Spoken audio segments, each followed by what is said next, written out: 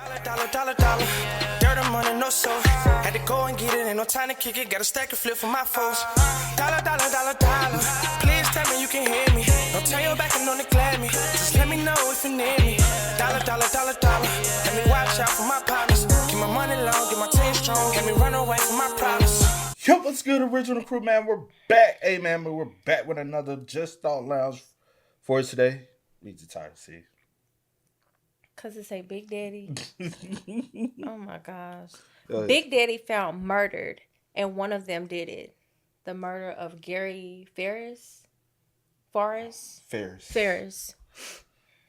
Hey, with that being said, before we get into it, make sure you check out the links in the description box. Down below. You already know where to go. If you want to first support, you got to do a check out down below. Also, if you enjoyed today's video, lock it in with a thumbs up. Hey, you want to say Big Daddy? If I just told you, just all you got to do is just thank you. You're welcome. Let's go. Let's check it out. Let's see what's about. You ready? All right. The Ferris family of Alpharetta, Georgia, was both very wealthy and extremely dysfunctional. When their patriarch, 58-year-old Gary Ferris, was found dead, his remains set aflame in the burn pile on the family's property. The rest of the family began pointing fingers at each other. Over the following years, the family's dirty laundry was aired for the world to see.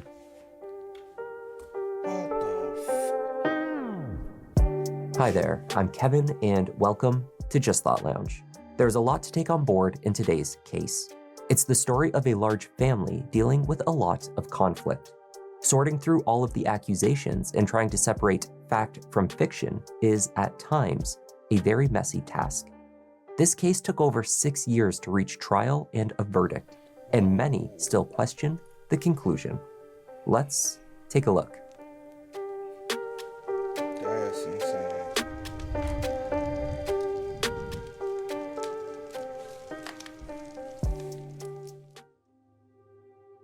Gary and Melody Ferris lived on a 10-acre property in Cherokee County, Georgia. By 2010, the couple had been married for over 30 years. They had raised 4 children: Christopher, Emily, Scott, and Amanda. All but Scott had moved away from the family property and started their own families. On the sprawling estate, composed of pastures, woodland, and a pond, they established a hobby farm. The Ferrises kept horses, goats, and a chicken coop. Inside, the decor was worthy of a spread in Country Living magazine. Melody Ferris, a self-professed clean freak, kept a very clean and organized home. Beyond the beautiful facade of the family estate, the Ferrises had deep-rooted issues. Gary, a successful corporate lawyer, had established his firm's office in Atlanta years prior.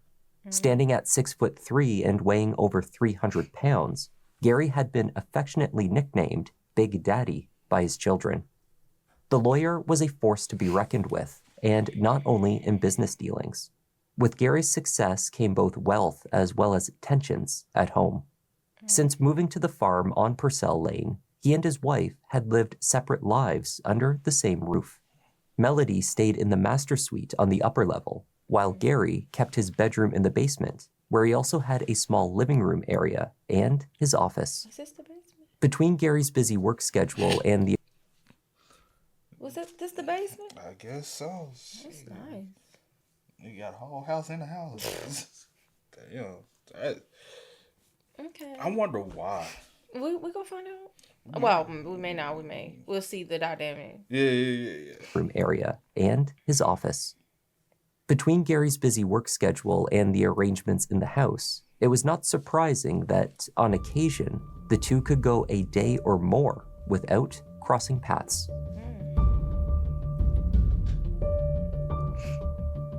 On July 5th, 2018, youngest daughter Amanda was visiting her mother at the farm when both realized that no one had seen or spoken to Gary for a full day since the afternoon of July 3rd.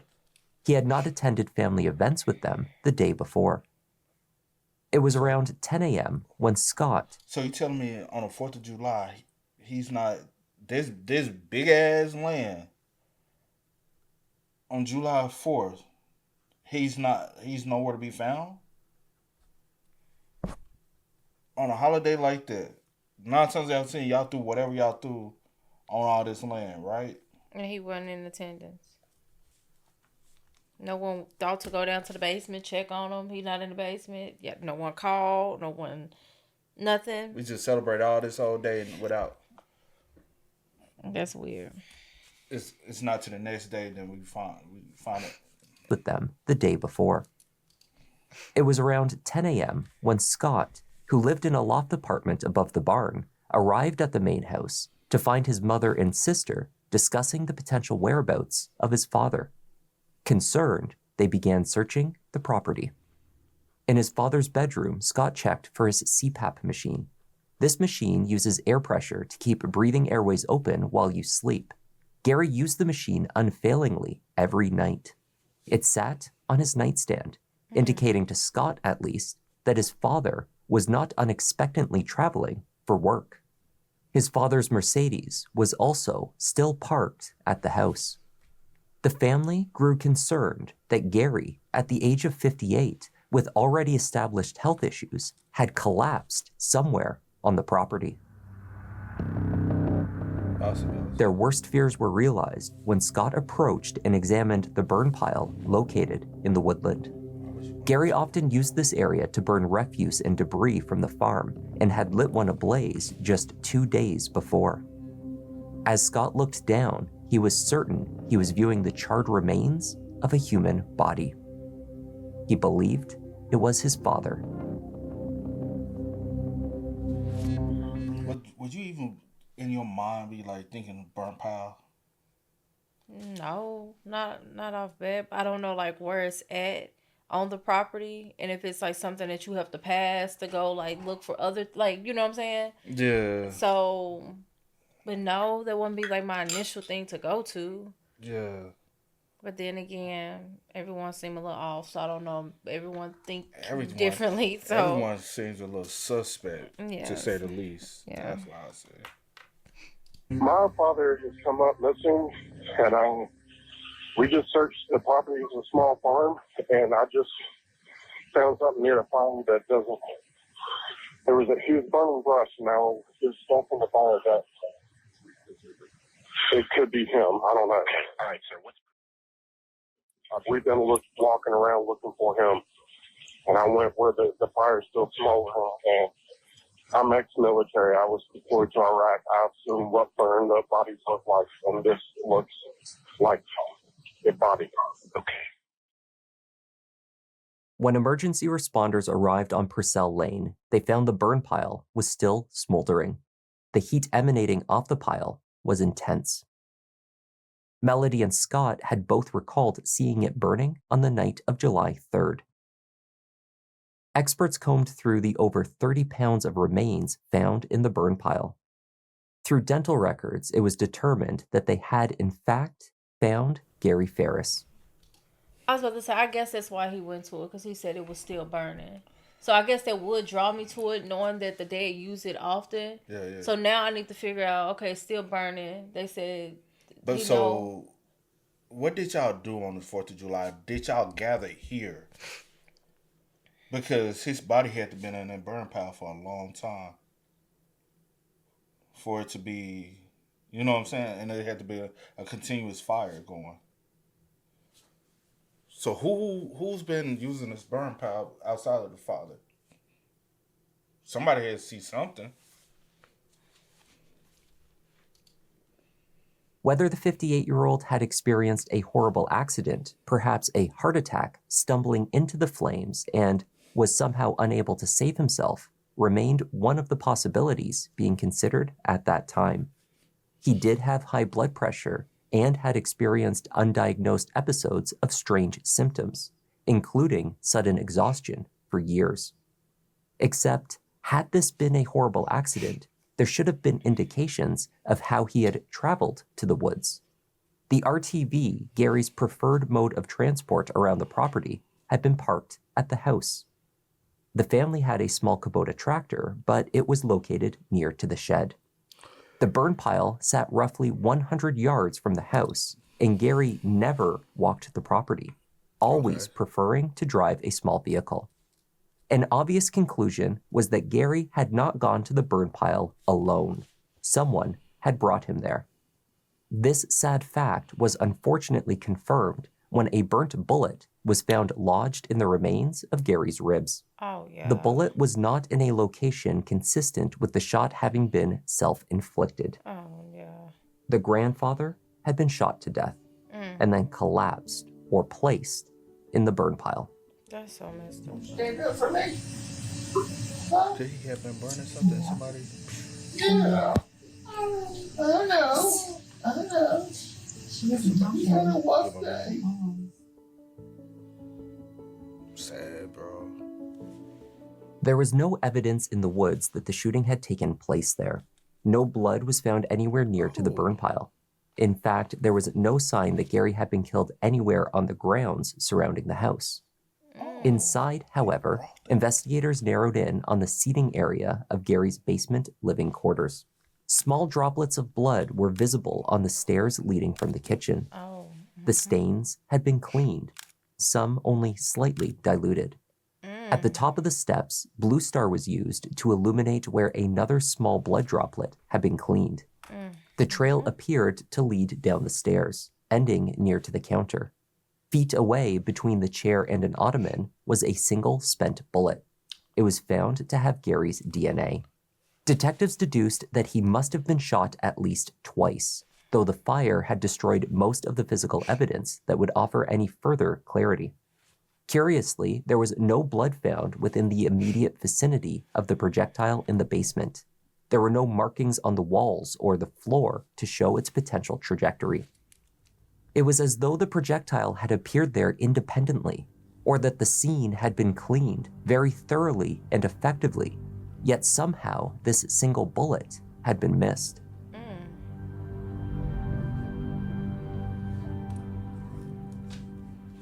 Following the death of its patriarch, the Farris family secrets began spilling out. Scott Farris, after serving in the army and doing a tour in Iraq, had returned home some years earlier and had not found regular work. He helped out on the farm, but then in his early 30s, was essentially living off of his parents while staying in the loft above the barn. According to Melody, it was not only Scott who was leeching from his parents. Her other son, Chris, had been routinely stealing money from them, copying credit card numbers and cashing checks without permission. Oh, no. Text messages from Gary to Chris only 2 weeks before his death supported these assertions. But perhaps the most scandalous of the revelations pertained to Melody and her multiple affairs. The first of these was a roughly 2-year-long relationship with a man named Ted Wiley, which had ended around 2009 or 2010. Investigators found that around the time their relationship ended in 2010, Gary had filed for divorce. He told his children that this had been prompted by their mother taking out a home equity loan to free up funds for her use without his consent. I know you lying. The pair eventually reconciled, and Gary withdrew the filing. However, the damage had been done. From that point onwards, Gary controlled and monitored the family finances, particularly his wife's spending, extremely closely. Despite this, it seems she found ways to continue spending. Sometimes she would claim her card was not working and borrow a credit card held by one of her children. A message from Gary to Melody in March 2018 read, "Your profligate spending must stop. I work every day, and between you, Scott, and Chris, I cannot keep up. You treat me like I don't exist, which is offensive, given how you repeatedly betray me." What if all three of them had something to do with it? What you said? Like, I know they have daughters and stuff, but the daughters are more like, I guess they have their own lives and stuff like that. I don't know if they're married and stuff like that, but you got Chris stealing money, writing checks. You got too many leeches around. The wife a leech, both of your sons a leech. So. And like you said, I work every day. Obviously, y'all ain't working. Y'all ain't bringing nothing to the table. You got one live-in son. He done came back from Iraq or whatever. Yeah. I guess he's no longer in the military, but what is he doing on the everyday? Nothing. So he's leeching. The wife, a.k.a. clean freak. What she's doing? Spending money. And cheating. And cheating. Yeah. He's working though. Yeah. I don't know. He might have him a little piece too. Don't know. But right now, all we know is he's the major breadwinner. Then you got the other son. He hitting all kind of scams on the family. And mama probably know. Then not only that, mama borrowing credit cards from the kids. What you doing with those credit cards? You tricking off, and then she borrowed the money get the money back from you. Say, hey, I borrowed such and such from such and such. I gotta pay them back. Yeah. You like those my kids. So you can go give her the money to pay the kids back.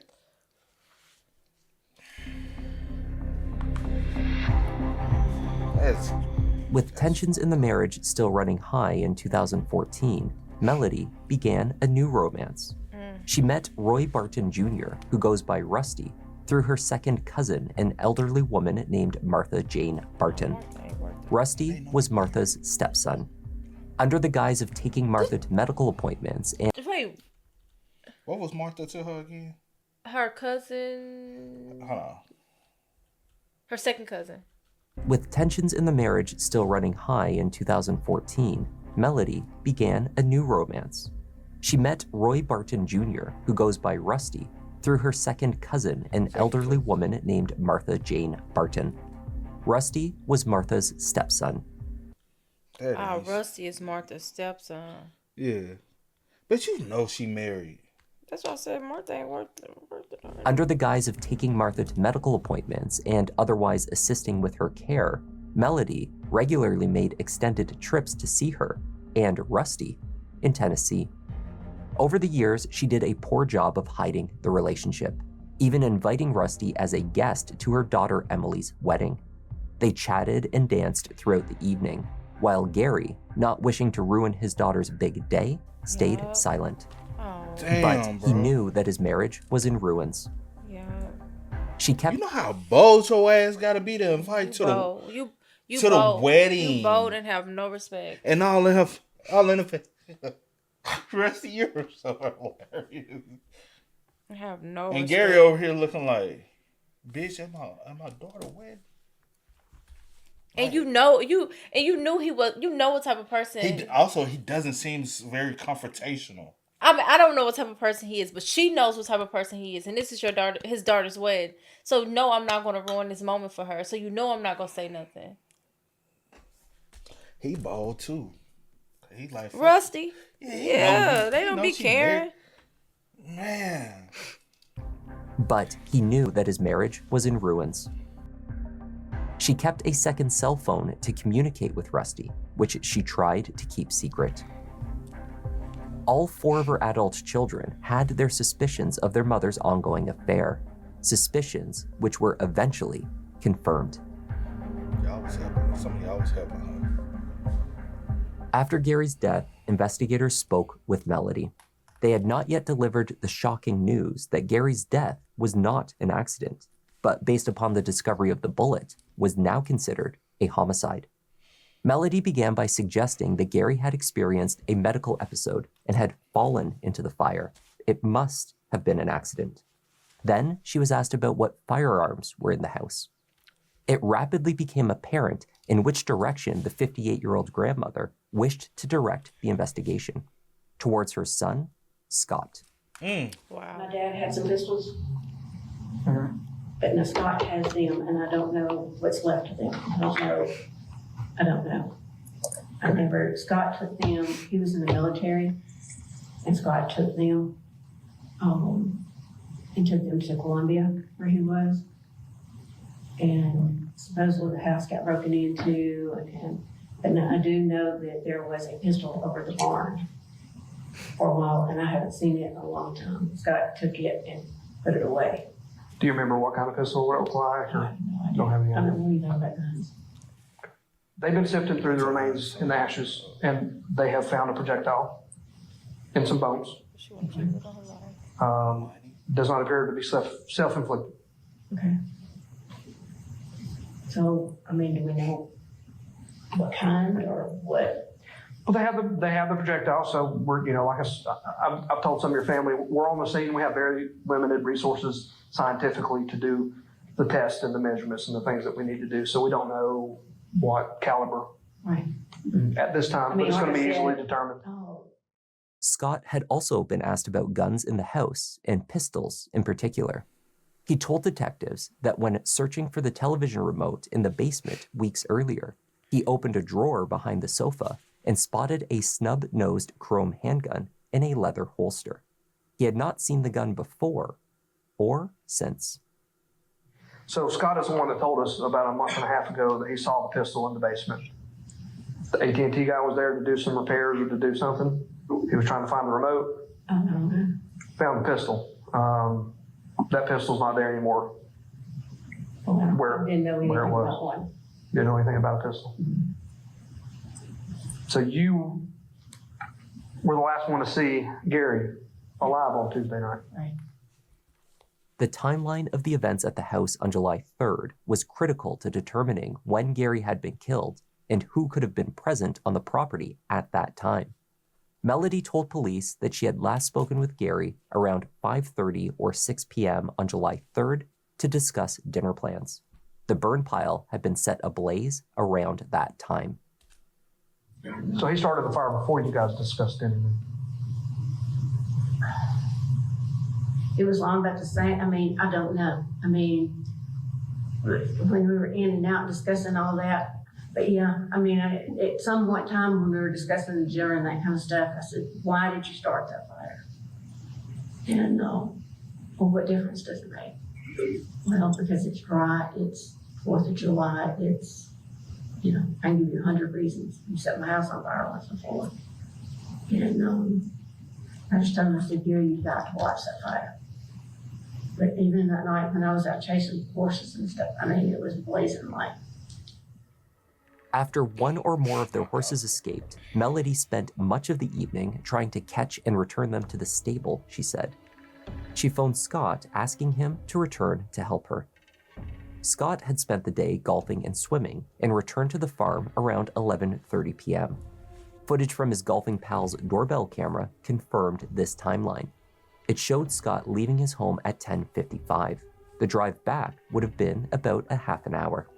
Melody estimated Scott had returned earlier than that, closer to 10:30. Regardless, there were no animals loose when he arrived. Everyone, but Gary, it seems, had gone to bed.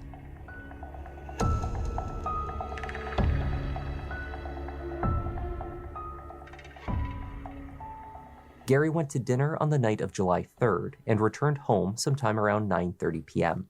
His cell phone tracked his movement home from the restaurant that night. No one was able to reach him the following day, July 4th, though his phone was moving around the property. Perhaps the strongest evidence pointing towards the window of time for the murder was from Gary's CPAP machine. This showed that the device had not been used on the night of July 3rd. Gary did not sleep that night. However, data points showed his phone in motion from 5:52 a.m. the next day. For roughly an hour in the morning until 7:21, it was at the burn pile. It then moved from the burn pile to the house before finally stopping at 9:05 a.m. and remained there. Investigators began to believe that Melody had committed the murder sometime around 10 p.m. while she claimed to be chasing horses around the property. Melody's own lies to investigators had planted the initial suspicions. Could she have did it and contacted Scott to see exactly where Scott was? Yeah, or and she see needed how much time she needed. Or she needed help moving it. Or she needed an alibi. Can't rule anything out right now. I can see all three. And not moving it, but moving his body. Yeah. I'm correcting myself. Yeah. I got you.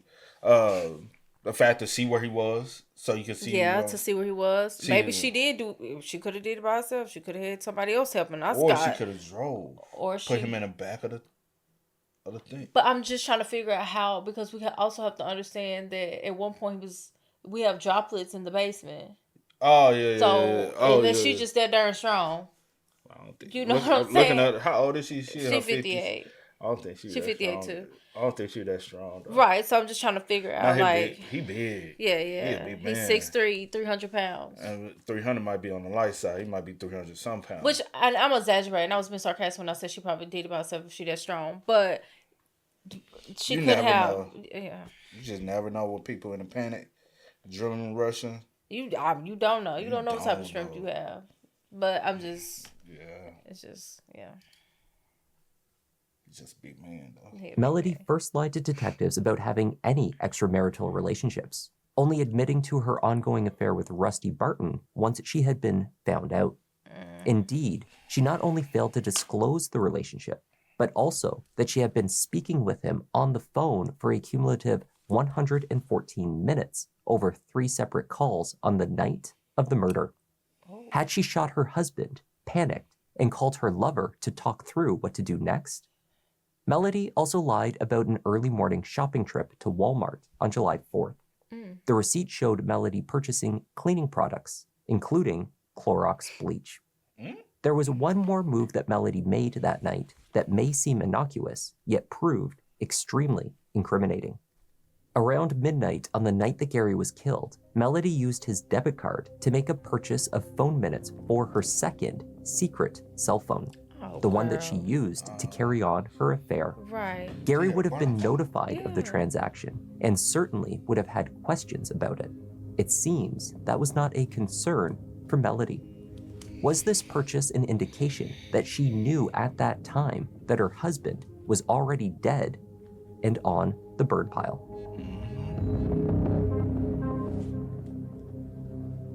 Rusty spoke with police in July 2018 and informed them that Melody had made a damning statement to him the day before the discovery of Gary's remains. Could you maybe diagnose the first call that would be of interest to us, not the time or anything about what I happened? think there was only one conversation that is what you're looking for. Okay. Okay. Okay. And it was the last conversation. Okay. And Would it be safe to say there wasn't much talking after that? no, that was the end of the conversation. When let's talk about that conversation that you feel. Probably the last minute of the last conversation, she said, Gary is in the burn pile. No, she said, he is in the burn pile. And I said, what? And she said, he's in the burn pile. And I said, do not say another word and do not tell me anything. I do not need to know. Law enforcement then convinced Rusty to begin recording his phone conversations with Melody in the hope of catching her in another incriminating admission. The scheme failed. Rusty ultimately informed Melody of the plan, even purchasing her a prepaid cell phone so she would be comfortable that the police were not listening to their calls. I feel like the whole motive to get rid of him was so he can move in word. That's his woman, child. Because also he lived in Tennessee. Mm-hmm. She still was in Georgia, but she was doing trips with Martha, taking her to her appointments and stuff. You trying to get him back to Georgia? Martha or whatever her name is, yeah. Yeah, whatever her name. But because once Gary out the picture, 9 times out of 10 he got a fat life insurance policy. Mm-hmm. You know he does. Mm-hmm. That's what you can live off of. On top of the house, the land you already tried to. Boys, she trying to be set, and she was trying to move Gary right on in that room with her. But I'm just trying to figure out how did you get him... not Gary, Rusty. I'm just trying to figure out how did you get him to this burn pile? You convinced in your head that she had help. I'm just convinced. I'm a little, to make it, sure. Because if we have a casing in the house, in the basement, we have droplets of blood on the stairs and a little bit leading up. She thought she did a good job cleaning. You tried to clean it up, all this other type of stuff. She a clean freak. It must have happened in the basement, right? Yeah. Or he was was he trying to come up out the stairs? Or did he run back down to the basement? Did he go down and you was able to shoot him again? Because I don't know how. He was on the. How many times? Two shots. They predicted 2 shots. One was in the ribs. One was still in him, and one was inside. They determined that he was shot twice. Okay. I was just trying to figure. Nonetheless, a year after Gary's death, she was arrested and charged with malice murder, felony murder, aggravated assault with a deadly weapon, and concealing the death of another. Even I thought, based on the evidence that was presented today, I believe, just like she told me when I first met her, she's 100% innocent of these charges. From the county jail, law enforcement were able to once again listen in to Melody and Rusty's calls. Has she been crying or she got black eyes? I don't know if she... You said what? I don't know.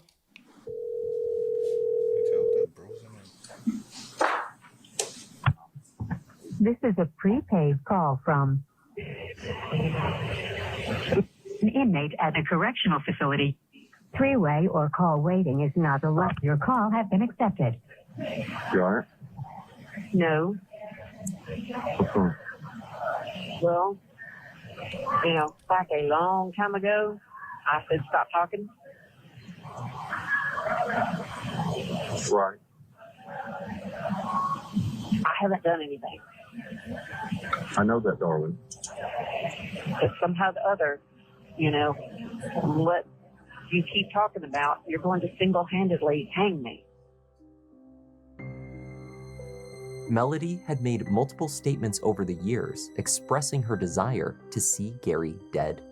In 2016, to her neighbor Terry, she wrote that after an argument with her husband, she yelled to him, "I hope he dies alone and a gruesome death." Wow. In April 2018, Gary told at least 2 of his children that he thought their mother was trying to poison him. At that time, he was rushed to the hospital after eating cookies his wife made for him following an argument. I can see it. This particular allegation... Why would you eat the cookies? Why would you sit there and eat the cookies? We done argued. You done ate cookies. You done ate food. Drinks. I done fixed you. Why would you sit there and eat them cookies after in your head you already knew she was trying to kill you? Maybe he didn't. Maybe he probably... He already had the assumption. Yeah, but maybe this was after the cookie eating and being rushed to the hospital. He probably like, dang. The only thing I done had recently and I started feeling bad was this cookie. She done tried to... She been cheating on you. She was constantly talking to others. She's stealing your money. She taking everything. She trying to take everything from you.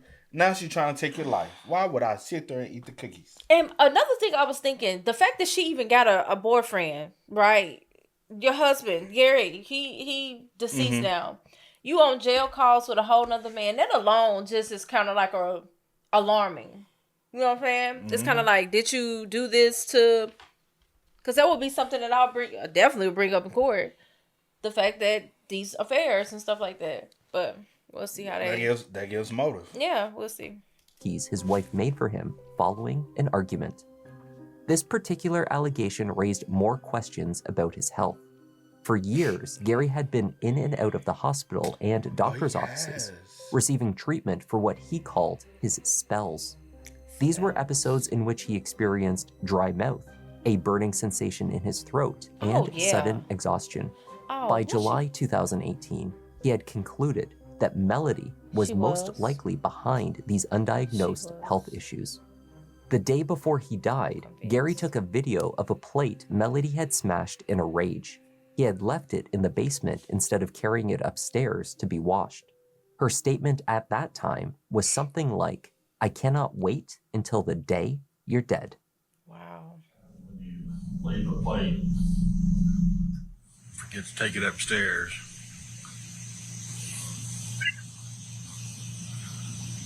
A minor temper tantrum. Of course, I had supper tonight, and it was 6 for me, so I'm sure I'll be feeling poorly here within minutes. Why you keep eating her food, man? You know. But I wonder why he never tried to get a divorce from her. He did. Yeah, that first time, but I'm saying years Again, later. Yeah. Maybe he just didn't feel like going through it. I don't know. But we'll Maybe see. he thought the separation would help. Separated in the house. Mm-hmm. When you shrink the world, everything was hers.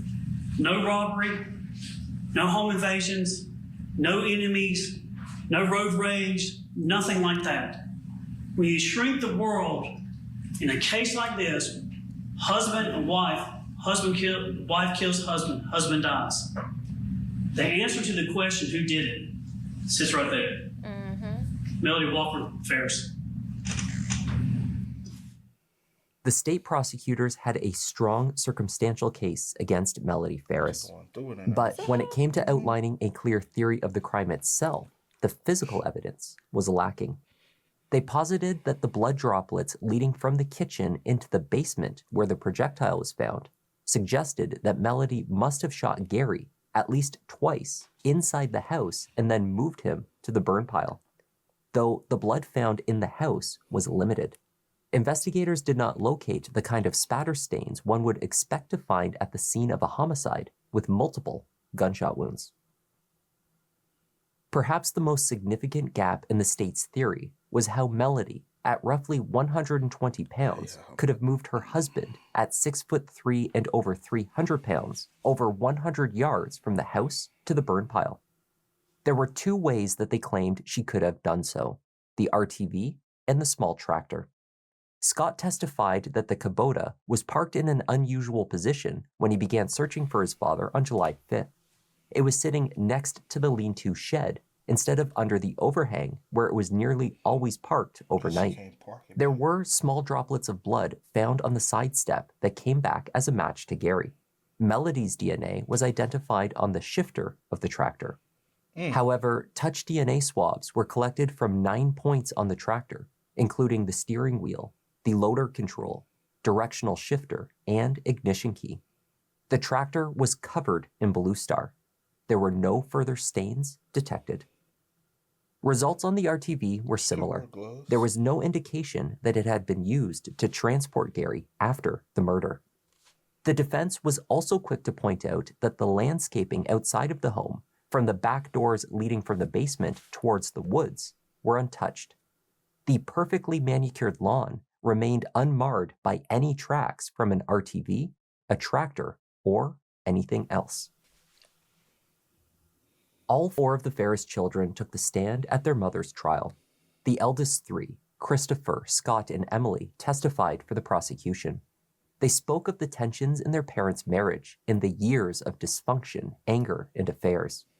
The deep-rooted issues were traced to 2011, after Melody's first affair and Gary's divorce filing. The children knew she continued her extramarital activities and that it was impacting the entire family and causing their father emotional anguish.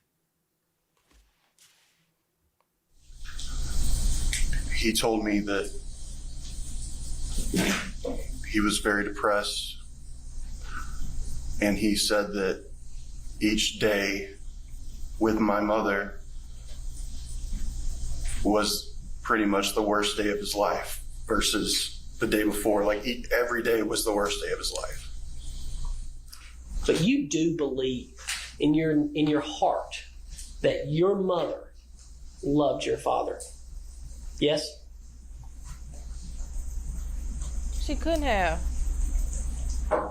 Ain't no way. And I will answer that question. If my mama was doing all of that to my daddy and all this stuff happened, ain't no way you do. What's love got to do with it? What's love got to do with it? That's my favorite. What's love got to do with it? Because Yeah, there's no way. She probably could have loved him, but what love got to do with it? That you don't have no respect for him. You don't care for him anymore. You don't like him anymore. Like nothing. You probably love what he has. Love the things that you can obtain, the life that you can, whatever. Mm-hmm. But as far as loving him, no. There's no, like, I just don't see that. I don't see it. At a point in her life, yes. Yeah, at a point. At a point in her life. But not now. So how about on July the 3rd of 2018? Do you believe that your mother loved your father? No. Hell no, because she still wouldn't be having an affair. Couldn't have. No way. She was in love with Rusty. Chris and Scott both spoke of their father's mysterious health episodes they called spells. Gary's suspicions that they were caused by Melody grew in the weeks and days before his death. Gary told his sons about the allegedly poisoned cookies. Scott told the jury, "What have I seen?"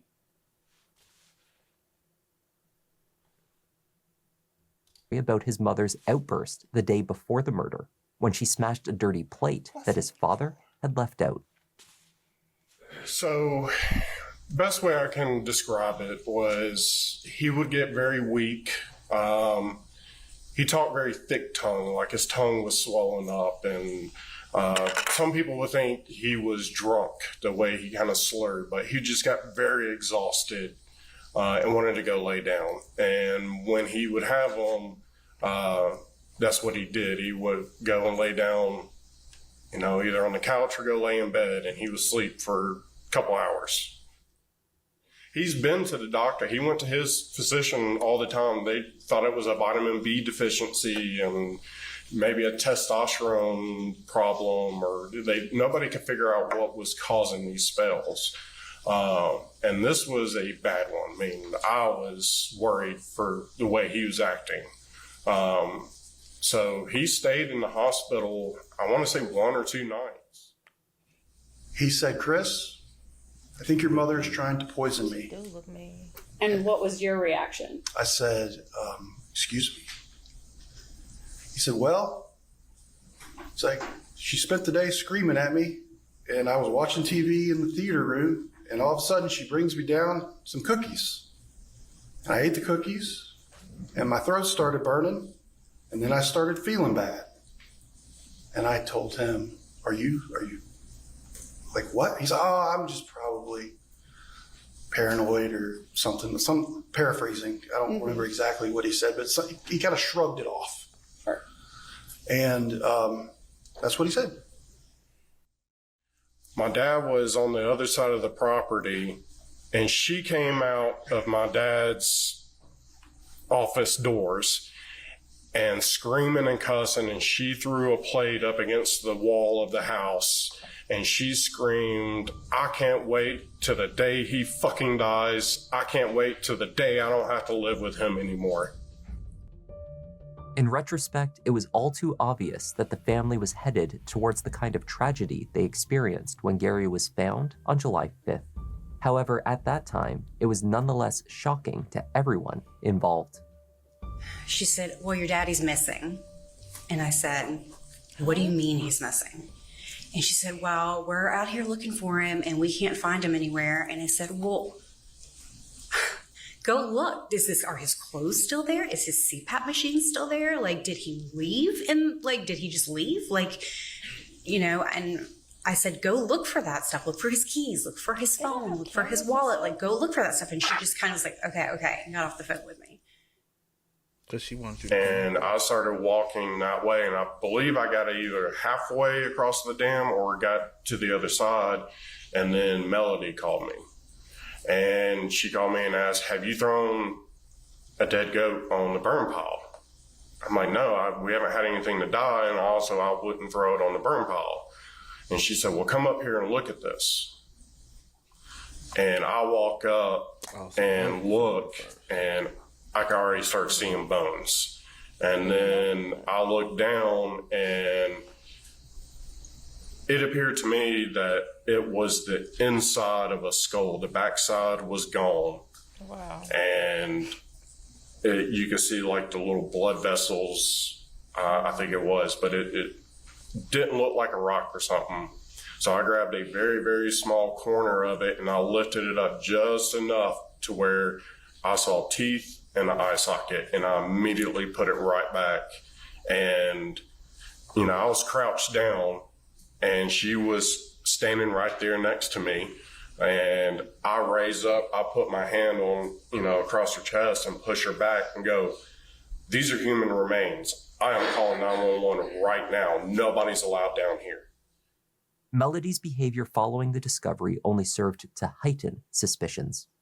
Her reaction to finding out her, mom had a heart attack and her dad dying and, anything bad happened like that, it was a complete different reaction to what she reacted to when the paramedic and deputy said, "Yes, those were human remains." At this point in time, my brain had kind of already switched to thinking something had happened to him that wasn't falling in a fire. Why did it switch? Because of my mother's behavior when the police were there and just how she was acting. What was that behavior? How was she acting? Just not like somebody whose husband had just been found in a burn pile. You know, Mama, like things aren't lining up. Your story, because like she would start going into like, well, when Scott reached down and picked up your daddy's skull, and I was just like that's the thing is like things aren't lining up. Like your story's different than their story, and it's like it just doesn't make sense to me. And the conversation did not end well. She ended up storming out. Both of Gary's sons were asked directly if they had any part in their father's death. They were, after all, the two individuals with the size and strength necessary to feasibly move their father into the woodland. They were also the two suspects that Melody and her defense team repeatedly alleged could be the real killer. Did you have anything to do with the murder of your father? No. Did you have anything to do with the concealment of your father and the grandfather of your children? No. Did you murder your father? I absolutely did not murder my father. Without a doubt, I loved him. Look at me. Did you have anything to do to help your mother dispose of and burn your father? Absolutely not. Tell me, not me. No.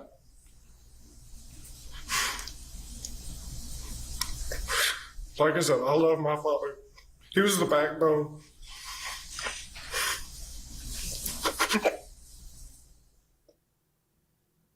The defense pointed the finger primarily at Scott Farris, who they believed made up the story of finding a gun in the house.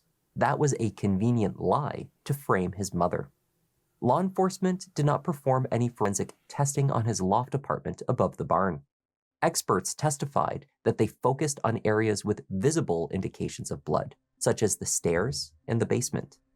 But the defense pointed to Scott's bathroom, which should have been tested for the opposite reason. It was found to be extremely clean, suspiciously clean. This, they said, was uncharacteristic of a single man in his 30s living above a barn. But what was more curious was what was found in his nightstand: a box of .38 caliber ammunition. Scott did not own a gun that would fire it. They pointed again to what Melody had told detectives in July 2018, that Scott conveniently stated that his .38 caliber handgun had been stolen from his home in Columbus years earlier during a break-in and robbery. No police report was ever filed with law enforcement in Columbus to support this claim. So, where was his gun? Scott, of course, was also the one to spot his father's remains in the burn pile and stated with certainty that they were human remains. Prior to that discovery, he had checked a trail camera in the woods, which was set up to capture deer. He testified that he found nothing of value captured on the camera, so he deleted the images off of the SD card. The final images were recovered by law enforcement. They showed him walking past and then approaching the camera. Not exactly incriminating footage, though his choice to delete the images raised eyebrows. If Scott was the killer, what the defense could not explain was the movement of Gary's cell phone the morning after he must have been killed. As Gary's phone moved around the property between 7 and 9 a.m., Melody was the only other person known to be at the farm. Scott had met a friend for an early round of golf that morning at just before 7 a.m. You said what? I said, luckily he met that friend at 7 because they would definitely been trying, you know what I'm saying? Yeah, I ain't gonna lie. I will say it's strange that you deleted the footage, regardless if it was anything on there or not. Like, lead it up to, the detectives to do their investigation and deem it not being, relevant to the case or whatever, but... For the prosecution, Chris, Emily, and Scott also recalled their mother's unwillingness to even have a funeral for her husband of 38 years. To Chris, she reportedly stated, "Why have a funeral when there's nothing left?" They also asserted that she became aggressive about repaying money that had been lent to them by their father, repeatedly making demands for repayment. Emily testified that her mother was insistent she hand over a letter from the coroner that confirmed Gary's death, paperwork that could be potentially used to claim his life insurance. Yep. It was this life insurance policy that the prosecutors claimed was Melody's motive. Although Gary had earned millions throughout his career, the family had managed to spend money nearly as quickly as he made it. Within a year of his death, with his income no longer coming in, the farm went into foreclosure. The defense argued that this meant money was a senseless motive for Melody. She was worse off after the murder. The defense wrong. She probably also, remember, she wouldn't know what the finances of the home and the life is because he took over all that. So as far as paying bills, spending, all that, he knew that information, not her. So she probably did not know what was this, how they stood as far as their mortgage payments and all that. She probably didn't even know how much they had left on it. And without, I don't know if they got the payoff from the insurance company yet. We don't know that part. But that could have, you know what I'm saying? No one. Also, it's his kids not making that much money to be able to. Because honestly, I feel like keep up. I'll just say this as of now, whoever did it, but since she's on trial, did you think that by putting him in this burn pit that it would have gotten rid of all evidence, like burned everything, like, and got rid of, so that you could try to deem it as an accident. He burnt over a day. Right, so that you could try to deem it that maybe he had a medical, because she kept talking about that, medical. Accidental insurance. Yeah, so you know what I'm saying? So maybe, the money is still, because she would have been able to get the life insurance policy. But that's still... But she also didn't know what they finances look like. Honestly, they could have been living paycheck to paycheck. Who knows? Because that's why he was like, you need to stop spending like you do. Kids begging and... Yeah. Y'all need to go out... stealing money and y'all they grown as hell, bro. Go live your life. The fuck up daddy mama and daddy titty, bro. Like, go live. Like, that's crazy. Was a senseless motive for Melody. She was worse off after the murder. However, Gary's life insurance policies, including additional amounts payable in the event of an accidental death, as well as equity in his firm and his 401k, totaled over $2 million. It would be hers if Gary had indeed passed away in a tragic accident. Melody's defense team aimed AKA poison. It's a lot of to demonstrate that the source of the Ferris family dysfunction was not their client. It was far more complicated than that. They reiterated issues with Christopher's drinking and stealing. They judged Scott for still living at home and Emily for relying on her father to purchase a new house. Money was a motivating factor for each of them, they argued, not just Melody. They also drew attention to Gary's longtime secretary, a woman named Angela Phillips. Angela had worked for Gary for 28 years, even coming with him when he was transferred to Atlanta to open the firm's office there. Can you tell the jury, when you moved to Georgia, did your relationship with Gary ever cross from professional to personal? Unfortunately, it did. And then, unfortunately, there were a couple of instances where, long hours, sometimes alcohol involved, things crossed a line. And it became physical? Yes. Yeah, because he wasn't happy at home. His wife had already stepped out. And why we keep saying unfortunately? It wasn't unfortunately like... My bad. I was not trying to... No, I know you wasn't, but never mind. No, I'm so I just keep sorry. my thoughts to myself. Never mind. Let me just hear what you guys say. Angela testified that her romantic relationship with Gary was short-lived. It had taken place only when they were younger, in the 90s, and she could not recall if they had ever slept together. The two had remained close friends. She recalled receiving a phone call from Melody to inform her of Gary's death. I couldn't fathom any way that he got there. She suggested maybe he had a spell and fell in. And that didn't make any sense to me. His spells were never bad enough that he would fall into a fire and not be able to pull himself out. And I asked, would there be an autopsy? To which she said, oh, there's not enough remains for an autopsy, which just made my blood turn cold and still does. In the many years that had passed since Melody's arrest, her relationship with Rusty Barton had come to an end. Whether their loyalty to each other had faded, however, was still an open question. The two were known to be on the phone together on the night of the murder. His alibi for the time period was supported by receipts from shopping trips he made around his home in Tennessee during that time, proving he was nowhere near the farm on Purcell Lane. Investigators did find, however, that he performed curious internet searches in the wake of the murder, including, if the police have a cell phone number, can they get all of your text messages? When it comes to your feelings for the defendant at this moment, how much love do you have for her? No. Don't know that that's a measurable item. That's what you have to do in court, sir. Tell me how much love you have for her right at the moment.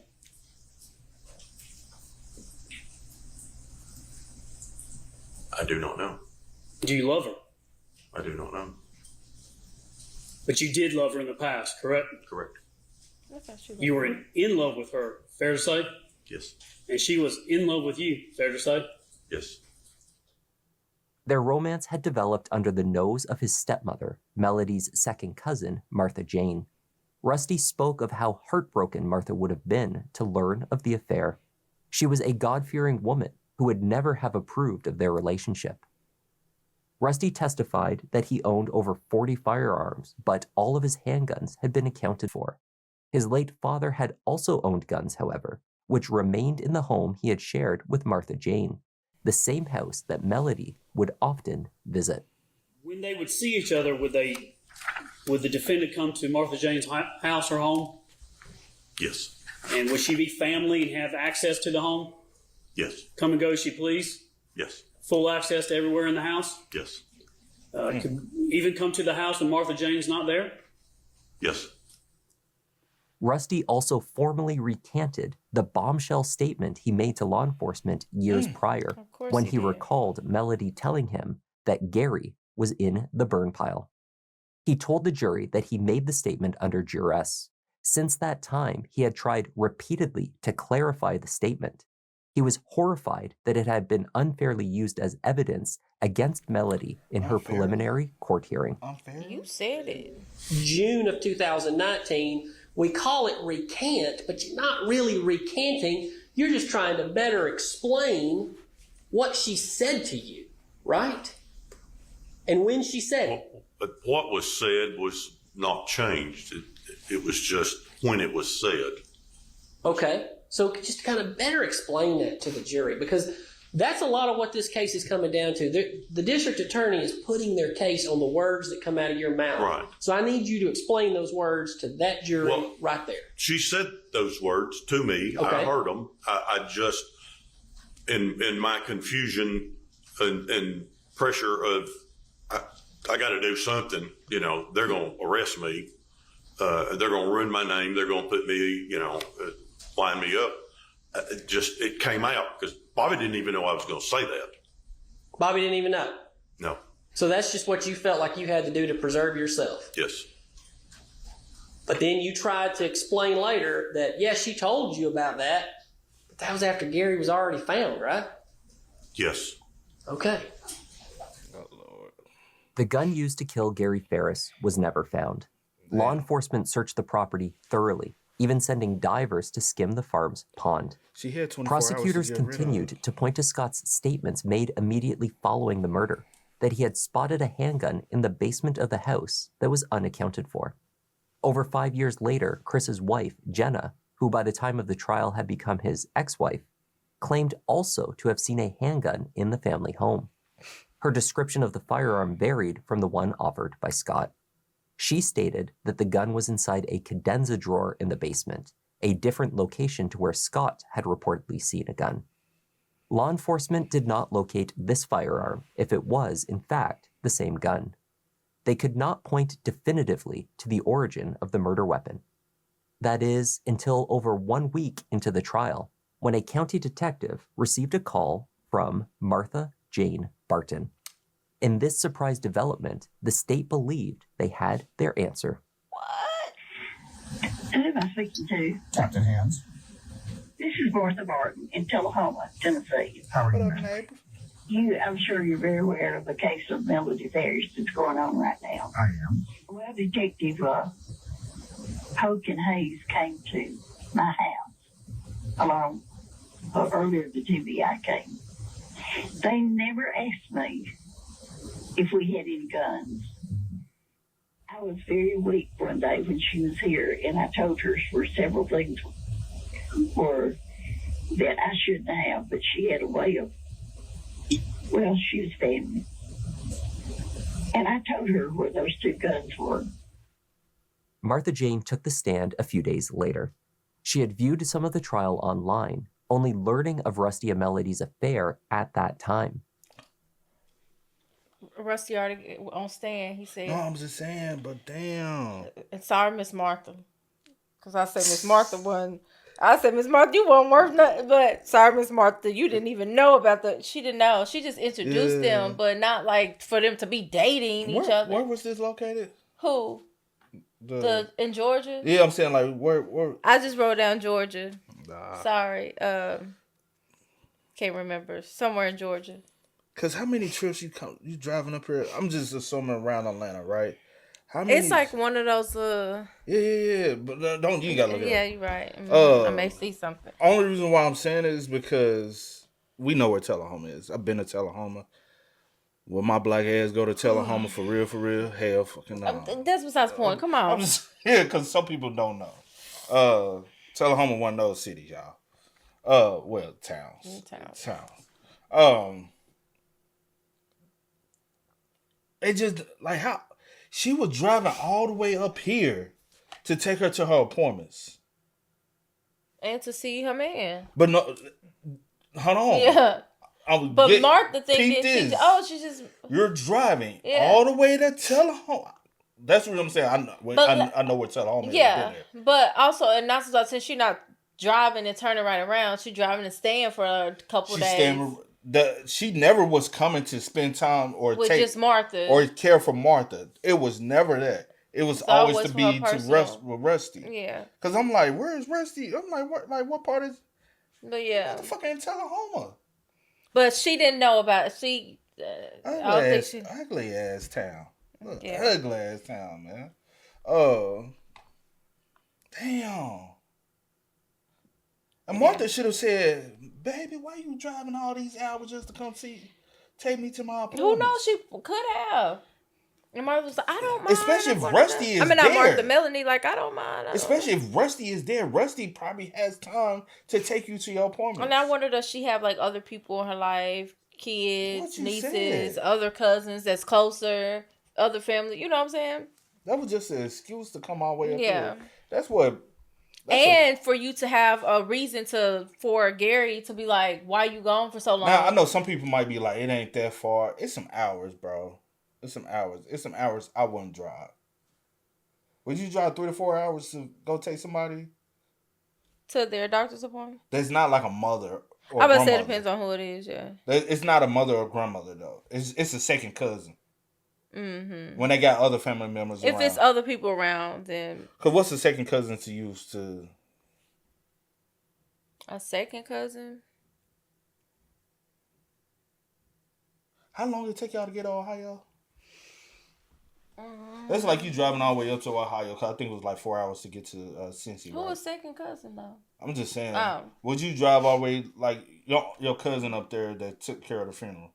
You gonna drive all the way up there to take him to his doctor's appointment? No, because he got kids and a wife. But I'm just saying, say if they all booked up, and you'd be like, no, I'm gonna drive all the way. But I'm just saying, because it's like a 4 hour drive. I book him a car, like I'll be like. But I'm just saying because it's a 4 hour drive, equivalent to the same driving distance. You saying if it's no. She testified that a .38 Special in a leather holster had been gifted to her by her husband in the 1970s. Melody knew where in the house she had kept it. The gun had gone missing. Up to that point, had anybody told you not to watch it? No. Okay. Mm-mm. And did you see Rusty testify? I saw part of his testimony. How did that make you feel? Disappointed. Did the .38 special pistol, I'm going to ask you some questions later on, but just right at the moment, did the pistol go missing? It did. Did you start looking for things in your house? I did. How much did you tear your house up and things in the house looking for it? Oh, well, I knew Where it was. that it was only upstairs. Right. She recounted calling Detective Hands to report her missing handgun. I think I started out with, I have a heavy heart. And then I told him that I had a gun that was missing. She ain't know nothing. The defense continued the approach of laying blame upon the Farris children. Perhaps their strongest case was made by the last of the adult children, Amanda Bruce, formerly Amanda Farris. She painted a picture of her siblings as financial leeches, and she supported her mother's claim of innocence. I approach things differently than my siblings did. What does that mean? Meaning I never wanted anything in return for his love. I just, especially right before he died, I just wanted a mother and a father, and that was it. I didn't want any more of the drama. I didn't want any more of their marital problems. I didn't want to deal with any of it. I just wanted a mom and a dad. And how did you know that he was stealing money from your dad? Well, my mother made it very apparent. There was never any dirty laundry that both of them weren't willing to air out to all of their children. So there was your no dad would do boundary. that too? Yeah. So he would say, Chris is stealing from me. Correct. Okay. And was that in the months and weeks leading up to his death? Years. For years? It's been a problem for as long as as the girls have been around. After discussing Chris... So if your dad would be willing to tell about that, would he be willing to tell you about the fact your mama's poisoning him? I'm sure you knew that. Would you, Dad, you're overreacting. Because that's what it's given. Yeah. You know what I'm saying? The stealing, she spoke about Scott's troubles. So back to Scott, and how did it come to pass that he wound up on the farm that you knew of? Because he couldn't make it on his own. It was kind of a running joke that he just was always going to, he'd complain that, oh, Mama told me to do this, or Daddy told me to do that. And I'm like, well, move out. Like, it's as simple as that. Like, don't live with your parents. They always said, oh, I'm going to work on the farm, or I'd work on the farm and things like, yeah, he did. I mean, I guess, but so did my dad, so did my mom. It was a kid that was living at home. And that was about it. Do you think he was taking advantage of them? I think anybody who asks their parents for money over the age of 20, 25 are taking advantage of people. Amanda also offered an explanation for the blood trail in the house. One of the dogs, she said, had bitten her father's ankle. He had walked downstairs to the basement before stopping the bleeding. Melody Ferris chose not to testify. A dog bite. In closing arguments, the state emphasized that the most obvious explanation was the most likely. Melody had made no secret of wanting her husband dead. There was blood found in her home. There was a bullet found in her home. She was framed. It was planted. That's not reasonable. She just happened to also be having a long-standing affair. Not only that, but she just so happened to be taking care of a woman who owned a .38 snub-nosed revolver in a leather holster that her son saw in the basement of her home. Another coincidence? No, ladies and gentlemen, that's called evidence.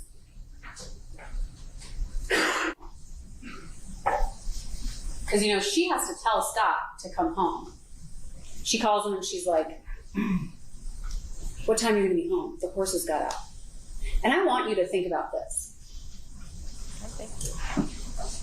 In her statements to Detective Hayes and Detective Kuykendall, she talks about these horses getting out. I think it starts like before dinner. You weren't chasing horses. You were murdering your husband. She had to call Scott because she didn't know what time he'd be home. She had to call Scott to see what time he'd be home. Because then, when she says, well, the horses got out, and he's like, okay, I'm coming home. She's like, well, I got him put up. Okay, then why are you calling? Right. It doesn't make sense. The horses are the cover-up. So was Scott white? It wouldn't have been easy for anyone to move that body. Not Scott by himself, not Chris by himself. Anyone would have needed something. And you know what? It's okay if you all think different ways in which she moved his body. One of you could think she used the tractor. One of you could think she used the RTV. One of you could think she literally just got down and rolled him there. It was all downhill, you saw. One of you could think she tied him up like a deer to the back of the RTV and dragged him over there. Yeah, that's not the important factor. But he ended up on that burn pile. By her. And a fairy didn't put him there. A murder fairy didn't put him there. No one else. There is no evidence anyone else was on that property. The defense attempted to discredit the 3 eldest children, who they argued only viewed their father as a bank account. She did Their too. evidence, right? Their evidence is Scott located a gun in the basement. Everybody did. That gun is corroborated by Martha James saying that her gun was stolen, right? Because they're similar in the slide I just showed you. So they're similar. All right. Now, what intelligent human being, if you're planning to commit a murder, stores your murdering weapon in the living quarters of your victim? That is the most asinine thing I have ever heard. If I'm going to murder someone or shoot someone, I'm going to keep my gun close to me, in my part of the house, in my purse, in my pocket, in my car. I'm not going to store it in my husband, according to them, that she despises, behind the couch that he sits on and watches TV, where Scott claims that he sits and watches TV. What sense does that make? Scott and Chris and Emily wanted to get on the stand, or did get on the stand, and basically say, oh, Daddy dearest, I loved him so much, I miss him, I can't believe this. While at the same time, you got Chris robbing him blind, him actually saying he was stealing, him admitting that he had used his bank accounts because he had the account numbers and all that, which is illegal, and he was doing it without Gary's permission. Gary actually texted him and said, your stealing has got to stop. Scott texted Melody saying, is he gone? Wanting to know if Gary was gone so he didn't have to do anything anymore. Those aren't the text messages of somebody who, you truly love this man. No, that was just their bank. And he was getting ready to cut them off. To discredit Martha Jane's assertion that she was missing a gun, they suggested she was angered over the discovery of the affair that had been hidden from her for years. That she was embarrassed. She was furious at this affair that she found out about, essentially on live television. Now everybody in Tullahoma knows it. She said she got to hang her head whenever she goes. Rusty destroyed the Barton name, but she came up with this lie because of YouTube and this trial being on television. That's the only way that she came up with this. Finally and dramatically, the defense hammered away at the gaps in the state's theory of the crime. What they said must have happened was not physically possible. I think it starts to become clear why I'm doing this. Why am I dropping these bags? These bags are 40 pounds apiece. I've got a few more bags to go. But I want you to know that it starts to become very impossible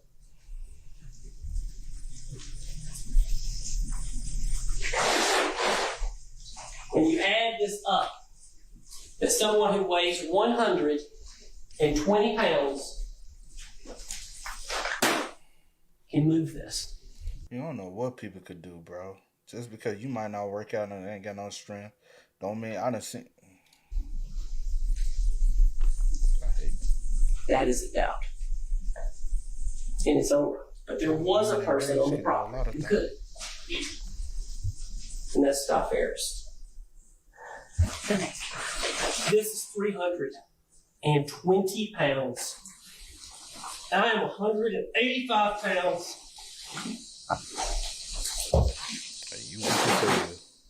And that's all I have.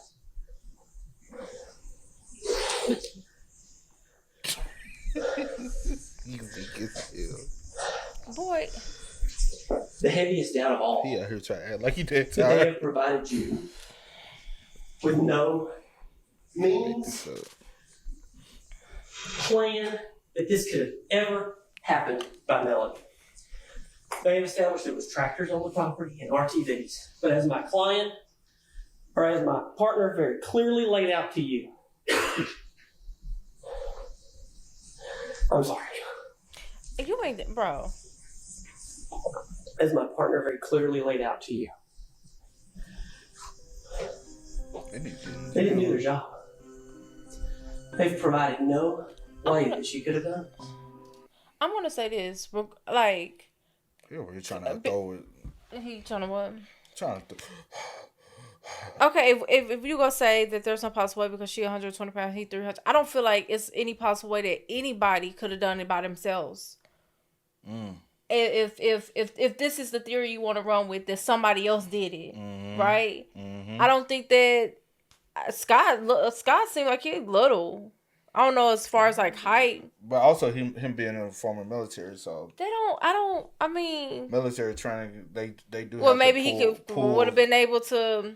So you never know. But if we thinking but that Scott also wasn't there.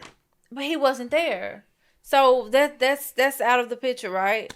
No one else's phones are pinging on this property around the time that we think that his death. You know what? So she was the only one there.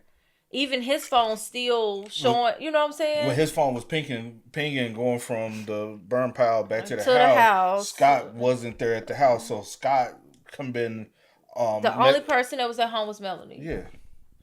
They did have security camera, but security camera wasn't watching that area because we did see security camera footage of her outside the home. Yeah. But there's no security camera footage picking up by the burn pile. Gotcha. And they probably wouldn't even been able to. You probably can only have like those deer cameras because those run off battery. Yeah, and the burn pile was like 100 yards away from the house. You're not probably going to have like home security that's going to reach that far. Yeah. So. The jury deliberated for a handful of hours over the next 2 days. On the third, they put in a full day of discussion, finally delivering their verdict on day 4. Day 4? Jury. It's 4 days. As the count 5, we find the defendant guilty. We, the jury, as to count 4, find the defendant guilty. Okay. We, the jury, as to count 3, we find the defendant guilty. We, the jury, as to count 2, find the defendant guilty. And we, the jury, as to count 1, find the defendant guilty. Wow.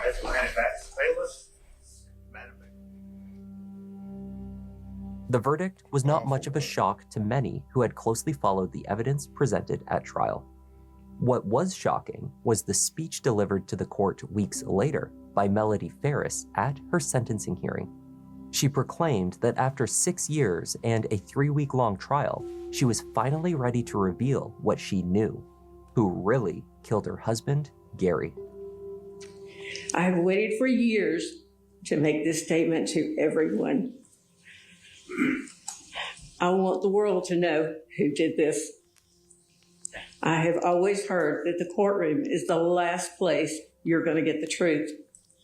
And has that ever been proven to be the truth in this case?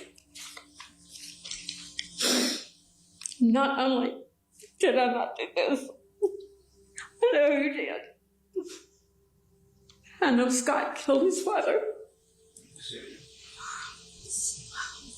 He took my husband, the father of Chris, Emily, and Amanda. He took Big Daddy from our grandchildren. Scott, this is unforgivable.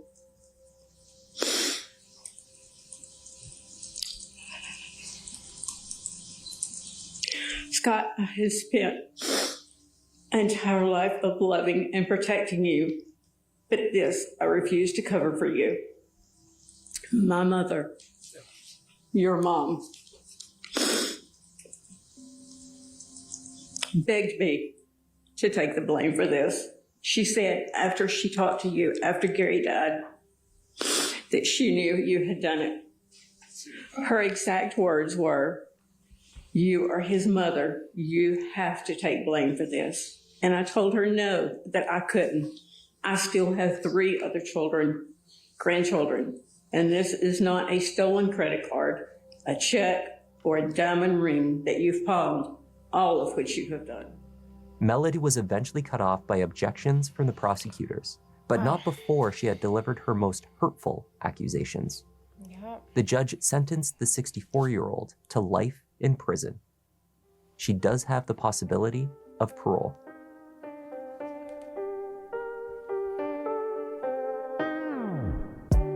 That was the tragic case of Gary Farris. I'm gonna say this: the main reason why she said what she said at the end was so if her defense team fight an appeal, they have now tainted the opinion to point direct blame finger at Scott. So now if they want to take a second hand, or if an innocent project or anybody want to look into something, they would look closely into him. Scott could have had some involvement. It could have. It just wouldn't make sense of why. My only thing is he could have been an accessory. Yeah. My only other thing is if she is saying that Scott did it, and if Scott did it and she didn't do it, when did Scott do it? That's like my only question. And you know he did it. And you know for without it, you seen him do it. You seen him. You would have been able to tell the you know full story of how he did it and why he did it. When did he do it? How did he do it? And exactly. Everything So what? Like, where did it happen in the house? Did it happen in the house? Did it happen outside the house? And the fact that you cleaned up, like they said, the crime scene looked so clean. Also, we don't know, she could have planted them bullets in Scott's room. The ammunition. Scott had no gun. He had no 38. But he had one previously. But it was also it was stolen. Maybe he just kept it. Hold on, it was stolen when he was living in Columbus, not since he been living there. So why would you still have the ammo? Some people. But she needed ammo for the 38 she stole. True. And so she could have planted the. True. Also, she's a clean freak. True. She loves cleaning. Who knows? She could have went and cleaned up Scott bathroom to make it throw off. True. My only. Do she always clean up? Because even clean parents, up this area. Yeah, because parents love to clean up after their kids. Yeah. Especially when they back home, they look, "Oh, I now have something to do." Yeah. She probably complained about him staying there, but I'm sure she went over there time and time again to clean up behind him. Yeah, he's a 30-year-old, like, because they said his bathroom was too clean for a 30-year-old single individual living by themselves. So fucking what? Everybody's not the same. Some people are clean freaks. But he also do stay at home. His mom don't work. Yeah. I guess that's like my only thing that I'm thinking about. If I was on the jury, I would have found her guilty. But I'm also just trying to figure out.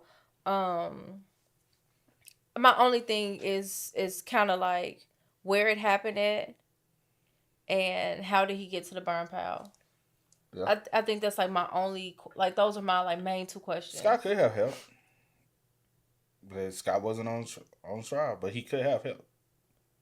For sure. But okay. And rest in peace to Gary. Yeah.